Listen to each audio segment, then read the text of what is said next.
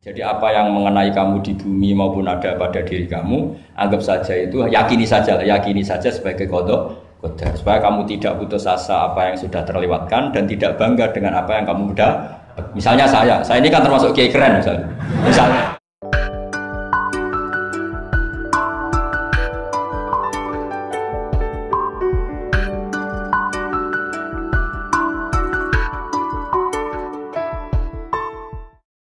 Ya. Masalah keimanan. Tanya apa ngeluh? Kalau tanya boleh ya gimana? Masalah keimanan tentang qada dan qadar.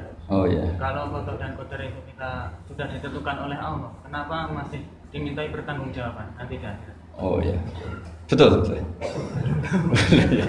Ya seperti mukadimah saya tadi ya. Jadi ngaji itu harus kafah. Kafah itu artinya komplit. Jadi Nabi dalam banyak hal yang momennya tepat ya menganalisis dengan qada qadar, tapi dalam banyak hal juga melarang orang membicarakan qada qadar. Jadi misalnya gini, kamu kadung ditakdir pernah punya dosa dan kamu ingin tobat, maka dosa yang masa lalu anggap saja qada qadar, terus keinginan tobat itu anggap aturan syariat. Jangan lalu setelah qada qadar kamu tidak berkeinginan tobat. Ini penting saya utarakan karena Nabi itu ngendikan pasti dua kali. Saya jamin di setiap konteks sosial Nabi pasti ngendikan dua kali. Dua kali itu dua solusi. Nabi pernah ngendikan idza dzikiral qadar fa'amsiku wa idza dzikra ashabi fa'amsiku. Jika umatku telah menjustifikasi qadar dan qadar fa'amsiku, kamu jangan ikut-ikut. Karena nanti akan yang zina enggak apa-apa, saya sudah qada qadar, yang maling ya enggak apa-apa karena sudah qada. Wah bahaya, bisa hancur syariat kalau seperti itu. Tapi ada banyak hal yang Nabi mengisnadkan itu ke qada qadar. Kayak cerita Nabi Musa dan Nabi Adam. Ada kan di hadis Sahih itu jelas. Ini dengerin, ini betul di hadis Sahih. Nabi Musa itu saking Israelnya, memang beliau orang apa? Pertama, semua Nabi kan pasti ngalami diangkat ke alam roh. Nabi loh ya, tidak sampean Nabi. Sampean tidak usah ambisi begitu, Nabi ini. Ketika beliau diangkat di alam roh itu ketemu Nabi Adam. Padahal Nabi Adam kan Abul Bashar, tokoh utama ada. Pertama ketemu langsung ngomong gini, Anta Adam, kamu betul yang namanya Adam? Ya saya Adam.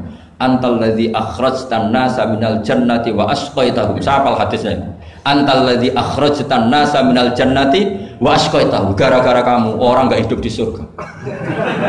Jadi kalau sampean marah gara-gara kamu, saya harus cari uang sampai Korea gitu. Coba kalau kita masih di surga enggak perlu kerja di mana? Karena semuanya tersediakan, enggak punya istri jelek, semuanya cantik karena bidadari. Gara-gara jenengan kita harus keluar di bumi dan keluar dari surga. Nabi Adam itu karena orang sepuh ya, beliau santai saja. Anta Musa, kamu betul Musa? Ya, saya Musa.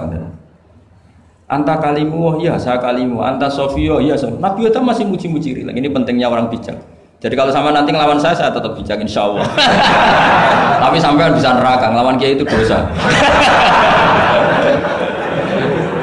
Dosa sekali, bukan dosa biasa, sangat dosa. Nabi Musa, Nabi Adam masih anta Sofio, anta kalimu. Bukankah kamu melihat di Taurat bahwa saya akan dosa dan akan dosa saya sudah ditulis 40 tahun sebelum saya dosa? Iya ya Musa. Iya ya Nabi Adam, ya betul gitu.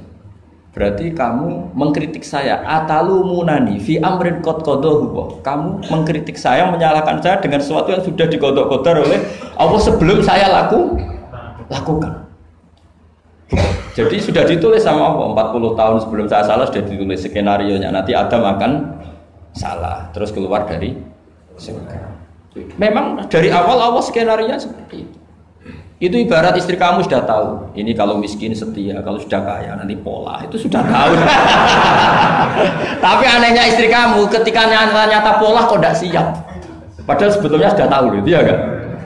Makanya saya kalau ngaji di mana-mana bilang kelirunya orang Indonesia itu satu.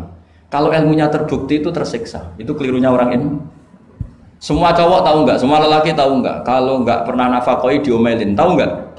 Tahu. Tapi ketika itu nyata nggak siap. Harusnya ketika nyata diomelin, alhamdulillah ilmu saya benar, terus ya. Tapi istri kamu juga gitu. Biasanya wong lanang duwe akeh pola. Terus dengar sampean mulai cinta orang lain, harusnya kan alhamdulillah ilmu saya benar kan. Tapi artinya gini, manusia saja bisa memprediksi. Kan nggak mungkin kita nyifati Allah nggak tahu Nabi Adam salah sebelum nyata-nyata salah. Tentu itu tidak mungkin. Nah, maknanya qada qadar kira-kira gitu. Allah itu tahu apa yang akan terjadi. Tapi tetap saja ini nggak boleh dipakai justifikasi untuk maksiat. Makanya jelas aturan Quran, saya mohon kamu nggak boleh salah. Ini nanti saya baca. Saya hafal tapi ini biar tamu ayatnya. Itu ayatnya kan ma asaba musibatin fil ardi wala fi anfusikum illa fi kitabim min qabli an nabraha inna dzalika 'ala Allahi yasir likai la ta'sau 'ala ma fatakum wala tafrahu bima atakum. Jadi apa yang mengenai kamu di bumi maupun ada pada diri kamu, anggap saja itu yakini saja sebagai qada qadar supaya kamu tidak putus asa apa yang sudah terlewatkan dan tidak bangga dengan apa yang kamu sudah. Misalnya saya ini kan termasuk kiai keren misalnya itu saya tidak pernah bangga karena memang ditulis kalau suatu saat Gus Bahat itu keren, jadi bangganya di mana kan sesuai skenanya. Jadi untuk menghilangkan ujub bangga itu dengan cara iman sama qada qadar. Terus likaila tak soal fatakum, kamu tidak perlu putus asa dengan apa yang sudah kelewat. Misalnya masa lalu kamu ya tadi diusir istri, suami, macam-macam lah, utangnya banyak, wes sudah bangkit saja, itu sudah takdir. Jadi mungkin ada yang mencarikan, coba ini carikan, mungkin di surat Hadid itu apa yang nanti dicari ayatnya. Pokoknya ayatnya tadi apa? Ma asoba min musibatin fil ardi wala fi anfusikum apa? Illa fi kitabim min qabli an nabraha inna dzalika 'ala Allahi yasir likaila taksau 'ala ma fatakum wala tafrahu bima atakum. Jadi qada qadar ditulis supaya kamu tidak putus asa menyesali apa yang sudah kelewat dan bangga kumoluhur terhadap apa yang kamu dapat. Jadi misalnya Pak Jokowi jadi presiden, untuk menghilangkan ujub ya memang sudah ditulis kalau akan jadi ya biasa saja sesuai skenario. Ya sama seperti sampean suatu saat tua terus untukmu coplok terus dredeg-dredeg kepleset tiba. Soalnya harus senang saja. Zaman kamu muda juga sudah tahu kalau nanti akan seperti itu. Gitu. Jadi kalau itu terjadi, ya sudah, memang akan seperti itu. Jadi ringan saja. Ini pentingnya ngaji. Jadi sesuatu itu mudah sekali kalau dianalisis dengan dengan L. Ya cukup ya. Satu lagi aja jangan. Kalau nggak salah itu surat Hadid. Biar ditahukan suratnya. Diumumkan siapa? Surat apa? Hadid betul. Hadid 22. Hadid 22 ya. Hadid 22.